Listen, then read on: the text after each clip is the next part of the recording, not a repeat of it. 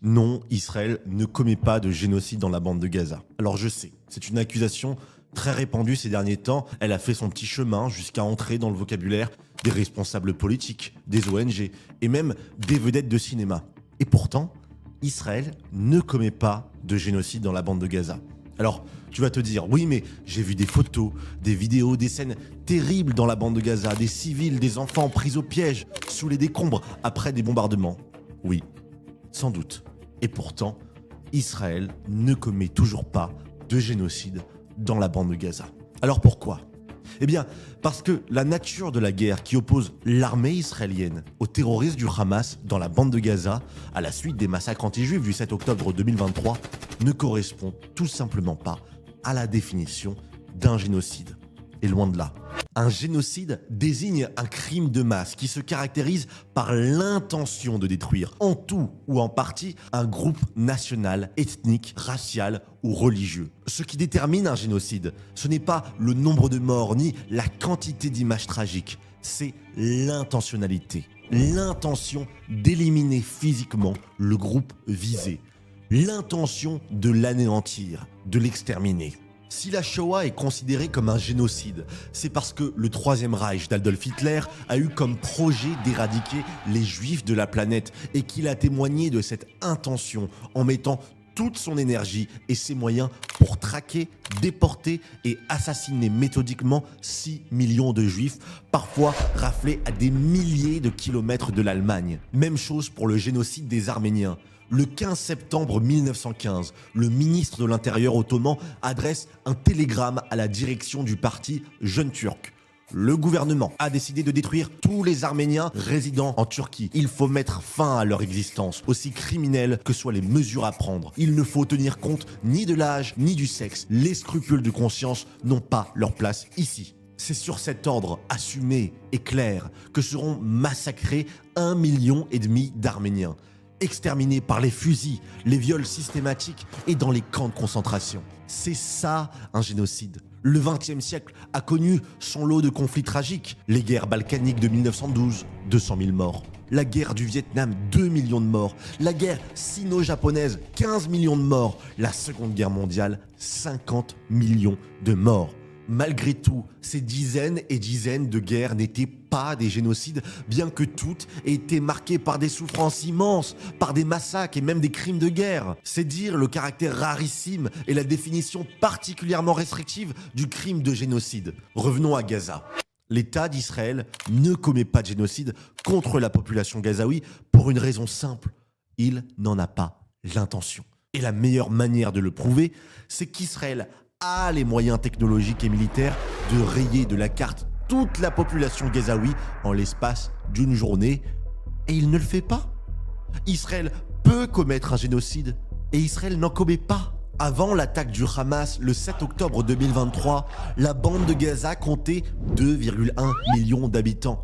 Aujourd'hui, elle en compte 2,1 millions. Alors oui, près de 25 000 civils gazaouis ont été tués au cours de cette guerre. Oui, c'est une horreur. Une horreur. Mais cette horreur, elle n'est pas propre à Israël. C'est une constante partagée par toutes les guerres dans l'histoire. Par contre, ce qui est caractéristique de la guerre contre le Hamas, ce sont 3 choses. La première, les civils gazaouis n'ont pas pu évacuer les zones de combat et se réfugier dans d'autres pays. Pourquoi ? Parce que les pays arabes leur ont fermé leurs portes et aucune pression occidentale n'a été faite sur eux. À titre de comparaison, des millions de réfugiés ukrainiens et syriens fuyant la guerre ont été accueillis dans quasiment tous les pays d'Europe et du Moyen-Orient. La vérité, c'est que les Palestiniens n'intéressent pas le monde arabe. Pour le monde arabe, un bon Palestinien est un Palestinien qui souffre.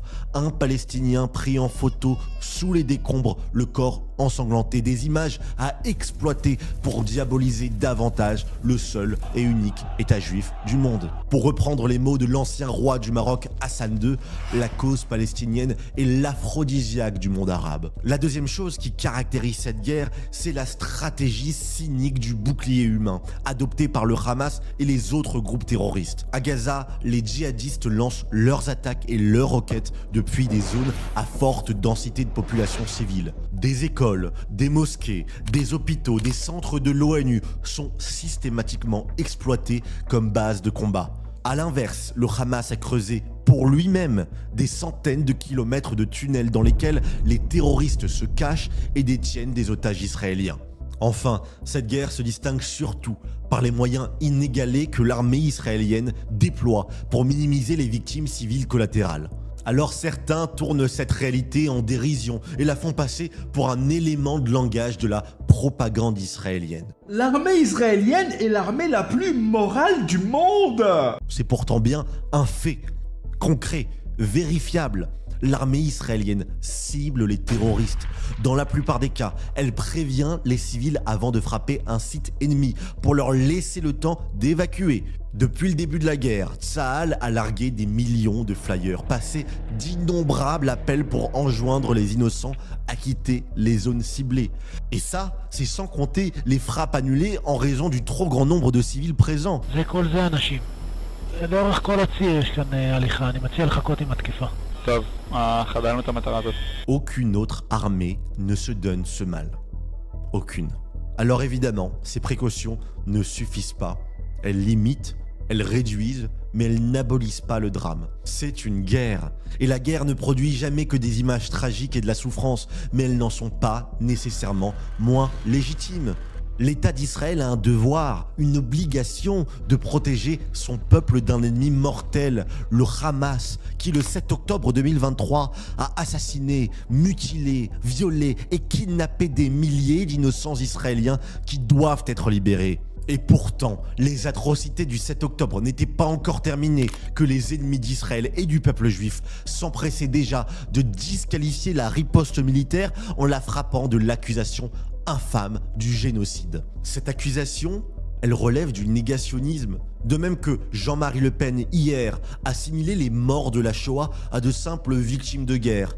Aujourd'hui, les victimes de guerre sont assimilées à celles d'un génocide. Une chambre qui vous asphyxie, tout ça, c'est assez ignoble, oui, c'est vrai. Tout ça est horrible, la guerre est horrible, vous savez. Et si ce mensonge connaît un tel succès aujourd'hui, c'est parce que la minorité malveillante et idéologiquement motivée contre les juifs a bien compris qu'elle pouvait intimider les esprits faibles et conformistes, comme les artistes, le Parti socialiste ou encore les influenceurs, en les menaçant d'appartenir au mauvais côté de l'histoire. C'est dans cette peur, dans cette hâte aveuglante, ce besoin d'afficher à tout prix leur vertu que des millions de gens reprennent désormais ce mensonge et participent donc au plus grand cas de négationnisme du 21e siècle.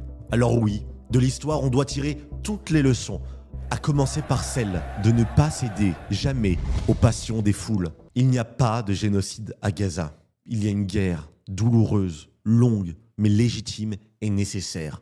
Elle prendra fin quand les otages seront libérés et que le Hamas et ses pairs seront mis hors d'état de nuire. En attendant, armez-vous de courage intellectuel, de force morale et redonnons aux mots un peu de sens.